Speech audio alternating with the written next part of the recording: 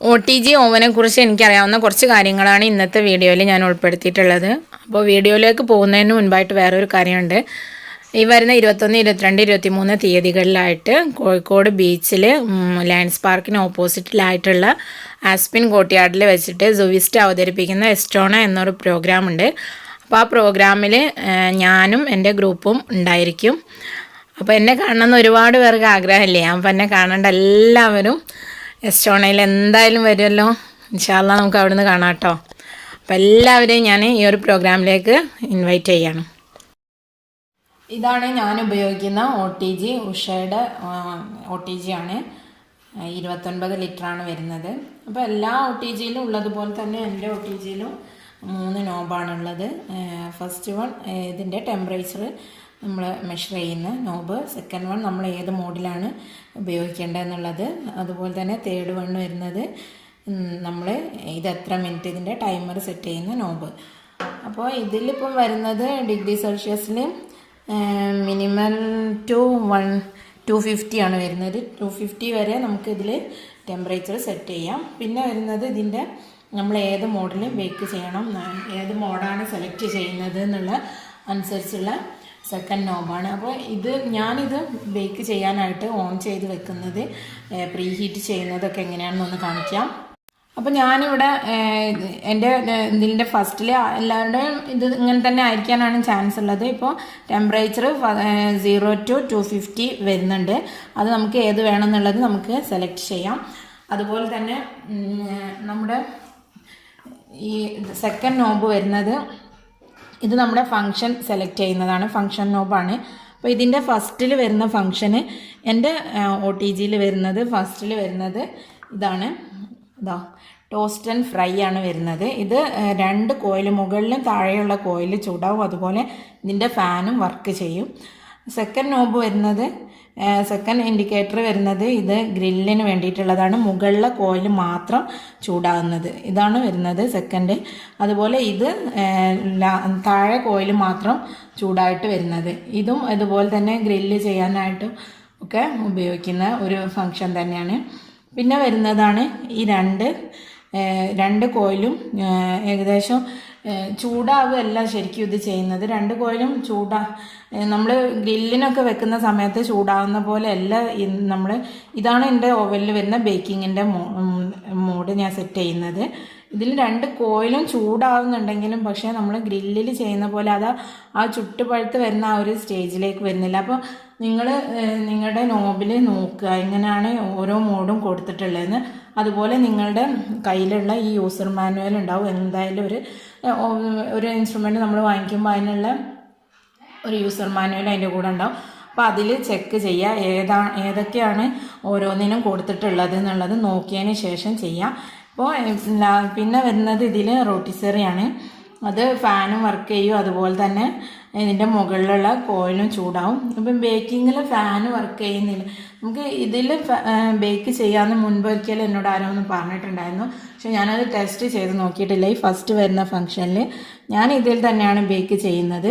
പിന്നെ ലാസ്റ്റിൽ വരുന്നത് നമുക്കെല്ലാം കംപ്ലീറ്റ് ആയിട്ടും വർക്ക് ചെയ്യുന്ന ആ ഒരു സ്റ്റേറ്റിൽ വരുന്നത് ഫാനും വർക്ക് ചെയ്യും. അതുപോലെ നല്ല ഹീറ്റായിട്ടും വരും. 2 കോയിലും ചൂടാവുകയും ചെയ്യും. അപ്പോൾ കുറേ പേര് എന്നോട് ചോദിച്ചു മുകളിലെ കോയിലാണോ താഴെ കോയിലാണോ ഏതാണ് ചൂടാക്കേണ്ടത്. ഞാൻ ചെയ്യുന്നത് ഈ ഒരു ഫങ്ഷൻ വെച്ചിട്ടാണ് ഞാൻ ബേക്ക് ചെയ്തെടുക്കുന്നത്. സാധാരണ ഇതിൻ്റെ സെൻറ്ററിൽ ഫാന് വരുന്നില്ല. ഫാനില്ലാതെ തന്നെ ഇതിൻ്റെ 2 കോയിൽ മാത്രമായിട്ട് ചൂടായിട്ട് വരുന്നൊരു ഫങ്ഷൻ, അതാണ് ഞാൻ ഇതിൽ ചെയ്യുന്നത്. പിന്നെ ഞാനിത് പ്രീ ഹീറ്റ് ചെയ്യാൻ എടുക്കുന്നത് 15 മിനിറ്റാണ് എൻ്റെ ഓവനിൽ വരുന്നത്. 15 മിനിറ്റ് സെറ്റ് ചെയ്ത് വെക്കും. ഇവിടെ ടൈമർ നോബിൽ 15 മിനിറ്റ് സെറ്റ് ചെയ്യും. എന്നിട്ട് ഇത് ഇങ്ങനെ 250 സെറ്റ് ചെയ്യും. 250 വെച്ചിട്ട് 15 മിനിറ്റ് ബേക്ക് ചെയ്യും.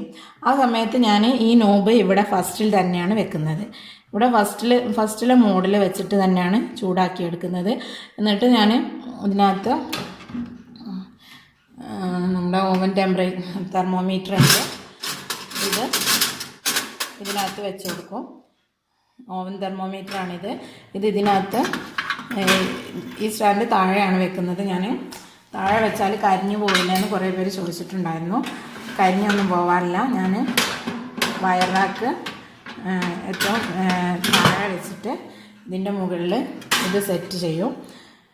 എന്നിട്ട് 180 ആണ് വെക്കുന്നതെങ്കിൽ നമ്മൾ ഈ 250 തന്നെ വെച്ചിട്ട് ചൂടാക്കും. 180 എത്തിക്കഴിയുമ്പോൾ നമ്മൾ വെക്കാനുള്ള ബേക്ക് ചെയ്യാനുള്ള പ്രോഡക്റ്റ് എന്താണോ അത് ഇതിനകത്ത് വെച്ചിട്ട് 180 ഈ നോബ് അങ്ങ് തിരിച്ചു കൊടുക്കും. എന്നിട്ട് ടൈമും അഡ്ജസ്റ്റ് ചെയ്യും. എത്ര ടൈമാണോ നമുക്ക് വേണ്ടത് ആ ഒരു ടൈം നമ്മൾ അഡ്ജസ്റ്റ് ചെയ്ത് വെക്കും. ഇപ്പോൾ 10 മിനിറ്റ് ആണെങ്കിൽ 10 മിനിറ്റ്, 5 മിനിറ്റ് ആണെങ്കിൽ 5 മിനിറ്റ്, ആ ഒരു ടൈം നമ്മൾ ഇവിടെ സെലക്ട് ചെയ്ത് കൊടുക്കും.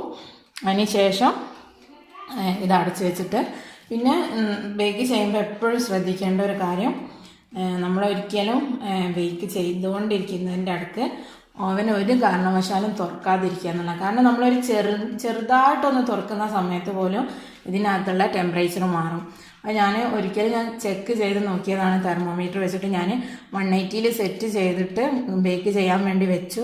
ജസ്റ്റ് ഒന്ന് തുറന്ന് അടച്ച് കഴിഞ്ഞപ്പോൾ തെർമോമീറ്ററിൽ കാണിക്കുന്നത് 150 ആണ്. അപ്പോൾ ഒരു 30 ഡിഗ്രി ഒറ്റ ഒരു ചെറുതായി ഒന്ന് തുറന്ന സമയത്ത് പോലും ഒരു 30 ഡിഗ്രി കുറഞ്ഞു. അപ്പോൾ നമ്മളത് ബേക്കിങ്ങിനെ നന്നായി തന്നെ ബാധിക്കും. പിന്നെ ശ്രദ്ധിക്കേണ്ടത് ഈ താഴത്തെ കോയിലും മേലത്തെ കോയിലും ഒക്കെ വരുന്നത് റോട്ടിസറി ഗ്രില്ല് അങ്ങനെയുള്ള ഫങ്ഷൻസിനാണ്. അപ്പോൾ ഇത് ചൂടാക്കി പിന്നെ ഇത് ചൂടാക്കി അങ്ങനെ ചെയ്യുന്നതിനേക്കാളും ഏറ്റവും ബെറ്ററായിട്ടുള്ള വേ എന്ന് പറയുന്നത് എപ്പോഴും ഇത് രണ്ടും ചൂടായിട്ട് വരുന്ന ഈ ഒരു മോഡിൽ വെക്കുക എന്നുള്ളതാണ്. അപ്പോൾ ഇതെല്ലാത്തിലും ഉണ്ടായിരിക്കുന്നതാണ് എനിക്ക് തോന്നുന്നത്. ഇല്ലെങ്കിൽ ഇതുപോലെ രണ്ടും ചൂടായിട്ട് ഈ ഫാന് ഓണായിട്ട് വരുന്ന ഈ ഫങ്ഷനിൽ വെച്ചാലും മതിയെന്ന് ഒരാൾ പറഞ്ഞിട്ടുണ്ടായിരുന്നു. ഞാനത് ടെസ്റ്റ് ചെയ്തിട്ടില്ല, അത്രത്തോളം നടക്കുന്ന ഉറപ്പില്ല. പിന്നെ ഈ ഒരു റാക്കിൽ വെക്കണമെന്ന് മസ്റ്റല്ല. ഇപ്പം വരുന്ന ഈ ഒരു മിഡിൽ റാക്ക് ഉണ്ട്. ഇപ്പം ഞാൻ ഇവിടുന്ന് താഴേക്ക് ഇറക്കി വെച്ചതാണ്. മിഡിൽ റാക്കിൽ വെച്ചാലും സെയിം എഫക്റ്റ് തന്നെയാണ് വരുന്നത്. പിന്നെ എൻ്റെ ഓവനിൽ വേറെ വരുന്നത് ഇതിപ്പോൾ വയർ റാക്ക് ഞാൻ നിങ്ങൾക്ക് കാണിച്ചു. പിന്നെ ഇതിൻ്റെ കൂടെ ഒരു എക്സ്ട്രാ ഉള്ളത് പിന്നെ ഒരു ബേക്കിംഗ് ട്രേ ഉണ്ട്. പിന്നെ നമുക്ക് ഇതൊക്കെ ലിഫ്റ്റ് ചെയ്യാനും എടുക്കാനും പുറത്തേക്ക് എടുക്കാനും ഉള്ളിലേക്ക് വെക്കാനും ഒക്കെയുള്ള ഒരു ക്ലിപ്പാണിത്. ഇതൊക്കെ എല്ലാ ഓവനകത്തും ഉണ്ടാകുന്നതാണ്. പിന്നെ റോട്ടിസറിയിൽ ഗ്രില്ല് ചെയ്യുന്ന അതൊക്കെ ഉണ്ട്. അതൊക്കെ സാധാരണ എല്ലാ ഓവനിലും വാങ്ങിക്കുമ്പോൾ കിട്ടുന്ന സംഗതികൾ. അതൊക്കെ എല്ലാവരും ഓവനുള്ളവർക്ക് എല്ലാവർക്കും അറിയാവുന്ന സംഗതികളാണ്. പിന്നെ പ്രത്യേകിച്ച് എടുത്ത് പറയേണ്ട കാര്യങ്ങളില്ല. അപ്പോൾ ഇത്രയാണ് ഞാൻ ഓവനിൽ ബേക്ക് ചെയ്യുമ്പോൾ ചെയ്യുന്നത്.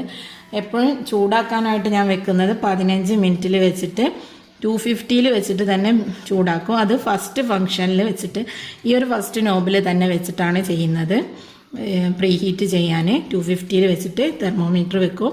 180 എത്തിക്കഴിയുന്ന സമയത്ത് നോബ് വീണ്ടും നമുക്ക് എത്രയാണോ ബേക്കിംഗ് ടൈം അതിലേക്ക് തിരിച്ചു കൊടുക്കും. എന്നിട്ട് നമ്മുടെ ബേക്ക് ചെയ്യാനുള്ള പ്രോഡക്റ്റ് അതിനകത്ത് വെക്കും. എന്നിട്ട് 180 വെച്ച് 180 ആണ് 180 അതല്ല 160 ആണ് 160 അതിൽ ബേക്ക് ചെയ്തെടുക്കും. അപ്പോൾ നിങ്ങൾ കുറേ പേര് ചോദിച്ചിട്ടുള്ള കുറച്ച് സംശയങ്ങൾക്കുള്ള മറുപടിയാണ് പറഞ്ഞത്. പിന്നെ എന്തൊക്കെയാണെന്ന് ചോദിച്ചാൽ എനിക്ക് അത്രയ്ക്ക് അങ്ങ് ഓർമ്മയില്ല. ഈ ഒരു ഓവനിൽ തന്നെ എങ്ങനെയാണ് ബേക്ക് ചെയ്യുന്നതെന്ന് മുൻപ് ഒരാൾ ചോദിച്ചിട്ടുണ്ടായിരുന്നു. അപ്പോൾ ഞാൻ അതിന് റിപ്ലൈ ചെയ്തില്ല. അങ്ങനെ ഒരു വീഡിയോ ചെയ്യാമെന്ന് ഉദ്ദേശിച്ചത് കൊണ്ടാണ് അന്ന് റിപ്ലൈ ചെയ്യാതിരുന്നത്. അപ്പോൾ ഓവനെ കുറിച്ച് OTGയെ കുറിച്ച് എനിക്കറിയാവുന്ന കാര്യങ്ങളാണ്. ഞാൻ എൻ്റെ ഓവനിൽ ചെയ്യുന്ന കാര്യങ്ങളാണ് ഇപ്പോൾ നിങ്ങൾക്ക് പറഞ്ഞു തന്നിട്ടുള്ളത്. ഇതിലിനി നിങ്ങൾക്ക് എന്തെങ്കിലും കൂടുതൽ സംശയങ്ങളുണ്ടെങ്കിൽ നിങ്ങൾക്ക് കമൻറ്റ് ബോക്സിൽ അറിയിച്ചാൽ എനിക്കറിയാവുന്നതാണ്, ഞാൻ പറഞ്ഞു തരുന്നതാണ്. അപ്പോൾ ഇൻഷാ അല്ലാഹ് മറ്റൊരു വീഡിയോയുമായിട്ട് മറ്റൊരു എപ്പിസോഡ് വീണ്ടും കാണാം. Thank you for watching.